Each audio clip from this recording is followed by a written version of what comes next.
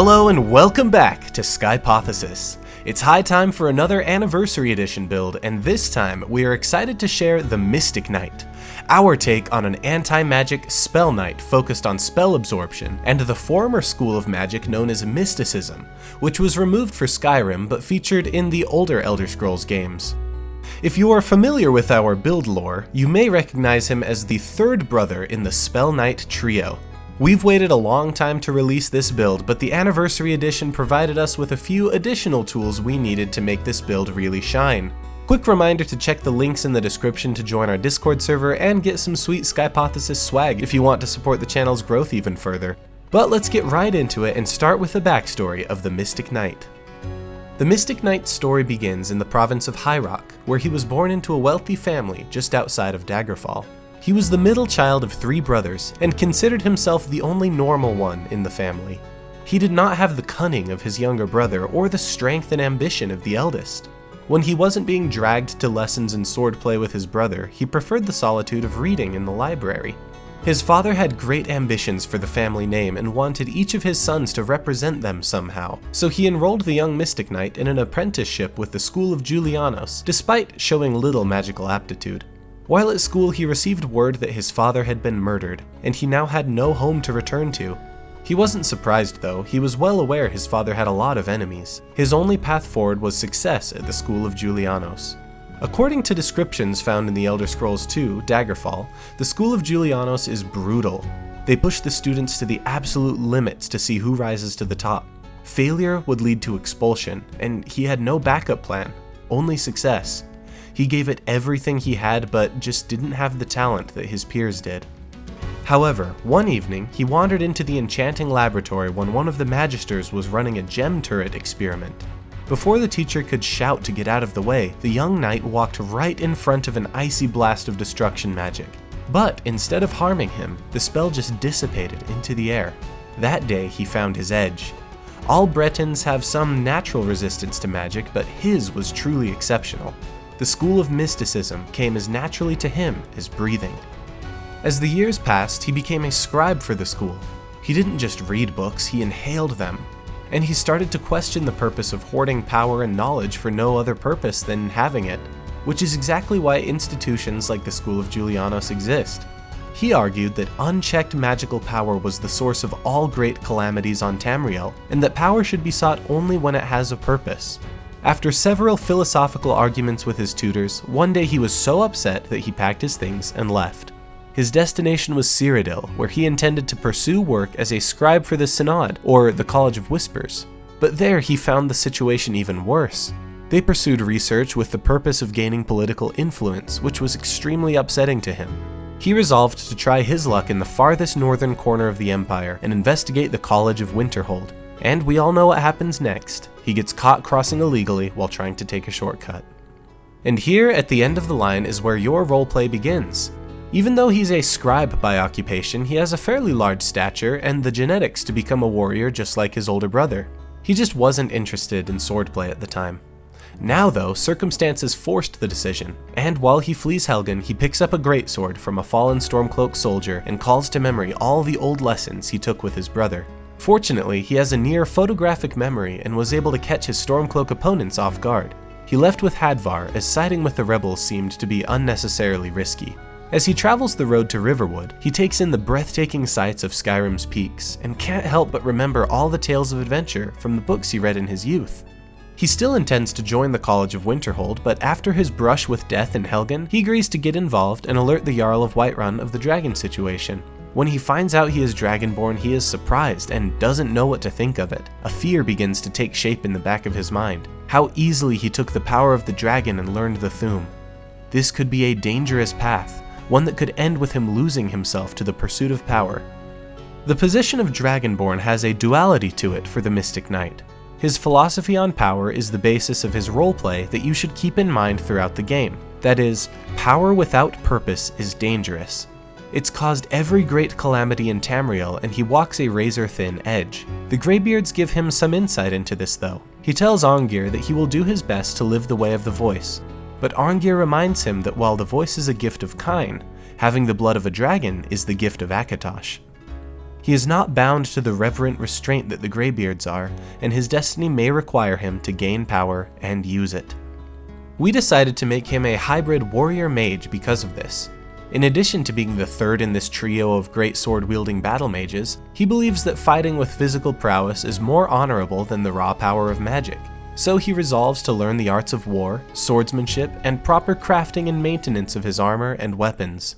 In his experience, very few who use magic do so with good intentions. Though most mages are not evil, nearly all of them are selfish and hoard power for themselves. Healers, such as the priests of Kinnereth, deserve respect and have a lot to learn from. But the covens of necromancers and rogue mages wandering the land are dabbling in forces they have no business inviting into Tamriel, and they must be stopped. When he becomes Archmage, he takes it upon himself to extinguish the use of magic without accountability.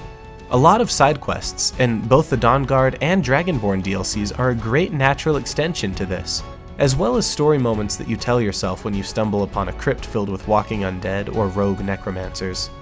His quest is not to beat his enemies with greater power than they have, but to neutralize their power and take it away from them so that they do not have it as an advantage.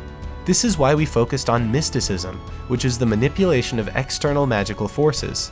More about that in a moment. His greatest goal as an individual is to finally settle down and live a peaceful life with a family, and read all of the books he can get his hands on and perhaps write his own. But he is a lightning rod for not just magic, but also trouble.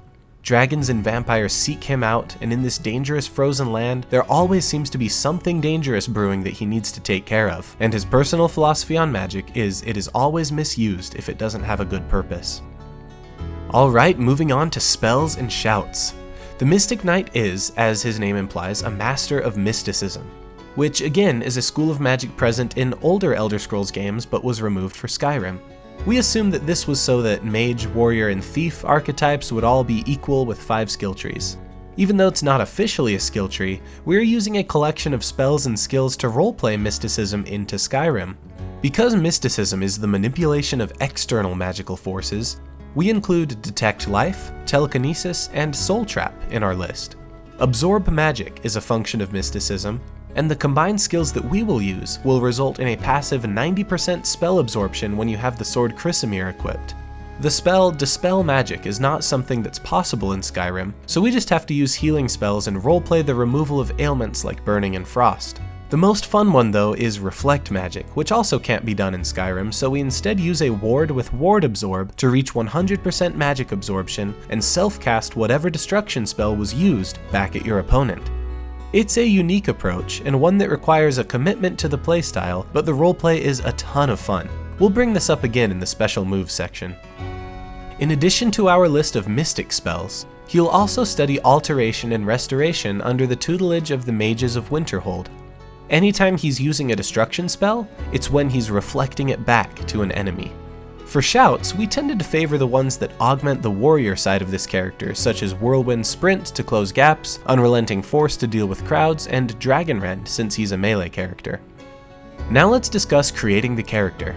For his weapon, we are using Creation Club weapon Chrysamere, which boasts fire resistance, 10% magic absorption, and a slow health regeneration effect while equipped. Fortunately, this sword is immediately available as soon as you start your journey. Take the cart to Riften, and make your way southeast and up the mountain to Forelhost. It's intended to be a reward for completing this dungeon, but you can actually just jump spam your way up this ledge, clip through the wall right here, and kill the ghost carrying the sword. As a bonus, you can also grab the first shout of Stormcall. Another good Creation Club sword is Mage's Bane, which can be used situationally against tough mages and vampires, as it deals a massive amount of magicka damage. You can pick up this sword towards the end of the Ghosts of the Tribunal quest. For his armor, we are using the Whiterun Guard's helmet, which was chosen to keep this closed helmet theme that we have with the other two in this trilogy of characters, but also because the yellow cloth matches the gold accents in the armor. We think it's a cool combo, but by all means wear whatever you want. It's not exactly functional. He wears the Ebony Plate armor and boots, which have an enchantment of plus 50 to health and 30% stamina regen respectively. For his gauntlets, we're mixing in the Ebony Spell Knight gauntlets for the 25% reduction to restoration cost. For auxiliary gear, he will wear a Ring of Fortify Alteration and the Galder Amulet. To get the enchanted Ebony Plate armor, you need to complete the quest Heart of Crimson, which begins by courier delivery at level 32. The Ebony Spell Knight gauntlets are a reward at the end of the quest Crypt of the Heart. Keep in mind that you can mess this up and get the wrong gauntlets at the end, so make sure you remember to purify the knight's heart at the Shrine of Mara before you return it to his grave. For stats, we leveled with a ratio of about 1 in Magicka, 3 in Health, and 1 in Stamina. These are not fixed rates, and we recommend you taking whatever you feel would be the most useful. But when he is fully put together, all level ups will eventually go into Health. He is not slinging spells, but a healthy pool of Magicka is nice to have when you're in a reflect battle with a mage, and when you need to hold Greater Ward for an extended period of time. For the Standing Stone, we are using the Atronach. It's really the only option for a character like this, as its 50% spell absorption will stack with the 30% from the Alteration Tree, and the 10% from Chrysamere, totaling a whopping 90% passive Magicka absorption. Finally, we are playing as a Breton, both for the roleplay and the passive magic resistance. The racial ability Dragon Skin will allow you to experience the fully realized feel of this character right out of the gate, so use it as often as you can. By the time you reach level 40, you will want the following perks. In Two-Handed, take all 5 in Barbarian, Champion Stance, Devastating Blow, Great Critical Charge, Sweep, and War Master. In Alteration, take the entire tree with the exception of the Mage Armor perks, which we don't need since we'll have high armor. In Restoration, take Novice through Adept perks, Regeneration, Respite, both in Recovery, and Ward Absorb. In Block, take all 5 in Shield Wall, which adds even more defense on an already tanky character. This is overkill on the defense and probably not necessary, but hey, we were committed to building a total tank of a character, and it ensures that even if you don't have a Protective Flesh spell, you will likely always be hitting that 80% physical damage reduction cap. Finally, in Smithing, take the right path of perks up to the Ebony Smithing perk and Arcane Blacksmith. Additional perks you'll want to seek out in your journey are Sailor's Repose, Force Without Effort, and Agent of Mara. Alright, moving on to our favorite part of every build, the special moves. The Mystic Knight's special moves are focused around his dual nature of being a warrior and mage of mysticism. The first is Arcane Tether, which is Greater Ward and the Staff of Magnus. Since he is a melee character, it is useful when your shouts are on cooldown and you can't use Dragon Rend to bring them down into melee range. The beam from the Staff of Magnus looks like an unbreakable arcane link. Use this to break through the wards of powerful mages and bring down dragons while they're out of melee range. Up next is Hold Your Ground, which is a tank move combining Ebony Flesh and the Parthenax perk Force Without Effort, which reduces your stagger, and casting the Rune of Paralysis at your feet to trigger on any enemy approaching your territory. Up next is Even the Odds, which is the disarm shout immediately followed up by using telekinesis to snatch their weapon before they can pick it up again. This was fun to use on mortal enemies who thought they could gain the upper hand in combat by using powerful enchanted weapons. The whole theme of the Mystic Knight is to neutralize the enemy and strip their power from them. A fun example of this was using it to take Stormfang from the Reaver Lord on Solstheim. In one quick moment, the weapon that kept his gang in line was snatched from his grasp and used against him.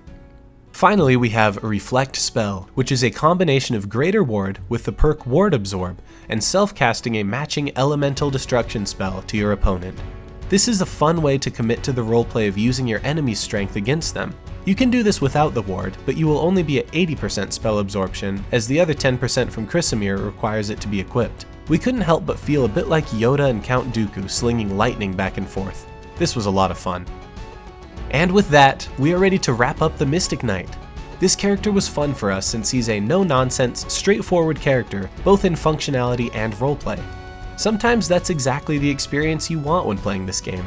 We love our complicated characters as well, but the simplicity of this guy was a breath of fresh air. We are counting the days to Starfield and plan on making builds for that game as soon as we can. But we will always be a Skyrim channel as well and have several more Anniversary Edition builds planned for the future. Thank you so much for watching and helping us keep the magic of Skyrim alive. We'll see you next time right here on Skypothesis.